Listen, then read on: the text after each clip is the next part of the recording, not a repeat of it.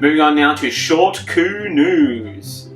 Russia's war in Ukraine. Yeah, that's still happening despite the lack of interest that you've shown in it recently. Not only is the war in Ukraine still happening, but Russia is so desperate for a win that they've started a war within their war. Babushka wars. Smaller wars within the wars, which then has a smaller war within that, and a smaller war within that. It's very Russian.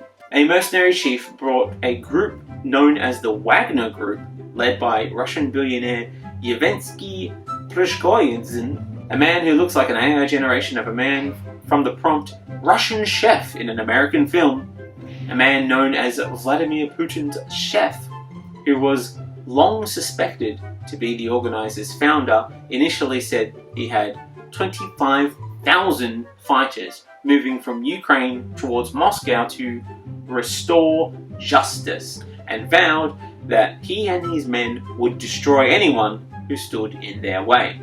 Seems Russia is going to war with Russia so that they can show that they would be better at doing war with Ukraine. You following? Because don't let this attempted coup fool you. Pushkin was by no means trying to end the war. The Wagner Group, who has been accused of human rights abuse, war crimes, unlawful killings, and gold smuggling, is certainly unhappy with the war in Ukraine, calling it a disgrace. But not because the Russian military is wiping out entire cities and committing war crimes. Those are his favourite bits of the war. No, he actually was hoping to find a little bit more gold on this war. It's certainly a more interesting way to go gold digging than walking along the beach.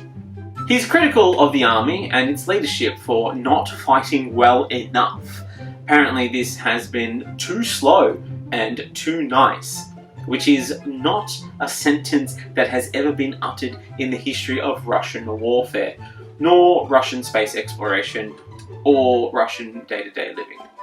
The most humanitarian thing you could say they've done is the sheltering of Edward Snowden, and that isn't because they want to do a nice thing, it's because fuck you Americans, that's why. Yeah, Prigozhin says army bosses are weak because they are unwilling to use tactical nuclear weapons.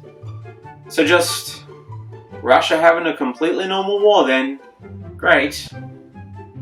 The Wagner Group started as a shadowy organization that operated mostly in Africa and the Middle East on Putin's behalf, though foreign policy expert Federica Saini Fasanotti wrote for the Brookings Institute last year that Moscow disavows any command and control over them to absolve itself of their problematic behavior, such as egregious human rights violations and abuse of civilians.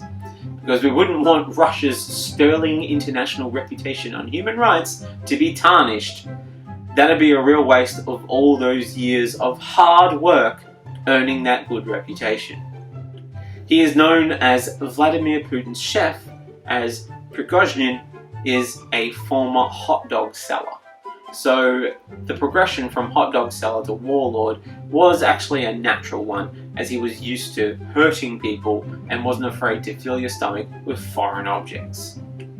Now, Prigozhin was adamant this was a march for justice, not a coup, which makes sense.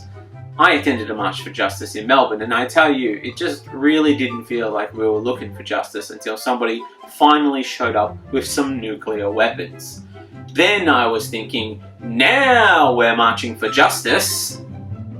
Prigozhin's insurrection lasted only 24 hours before the Belarusian dictator Alexander Lukashenko brokered a deal promising safe passage and amnesty for his troops and a one-way ticket to Belarus for himself. Magically, shortly after this announcement, Prigozhin aborted his march to the Russian capital, and his soldiers began to withdraw from the two Russian cities that they had occupied. Now this is confusing for me. This doesn't sound like the actions of either a mercenary who was being successful or the behaviour of old Vladiputs, a man notorious for taking names and a penchant for poisoning. But I think the Wagner Group went about this all the wrong way. If Prigozhin wanted to humiliate Putin and show that he was the one for the job, he already had everything that he needed. He is a trusted chef, after all.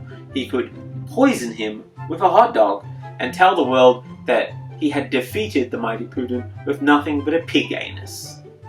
Honestly, you could have a taste tester for a hot dog. They would get sick, fall to the ground, like gripping their stomach in pain, and all you would think was, well, it is a hot dog, so that feels like a normal reaction.